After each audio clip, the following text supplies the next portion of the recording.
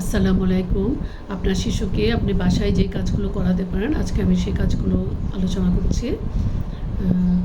আপনার বাচ্চাকে আপনি ডট দিয়ে তাকে কাজ করাতে পারেন বা লেখা শেখাতে পারেন।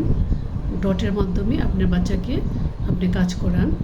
তাছাড়া আপনি প্রতিদিন আপনার বাচ্চাকে ভালো যে ছোট ছোট কাজগুলো করবে, সেই কাজগুলোর জন্য তাকে রিইনফোর্সমেন্ট করেন যে হ্যাঁ, গুড গার্ল, গুড বয় বা গুড জব, এই কথাগুলো বলবেন।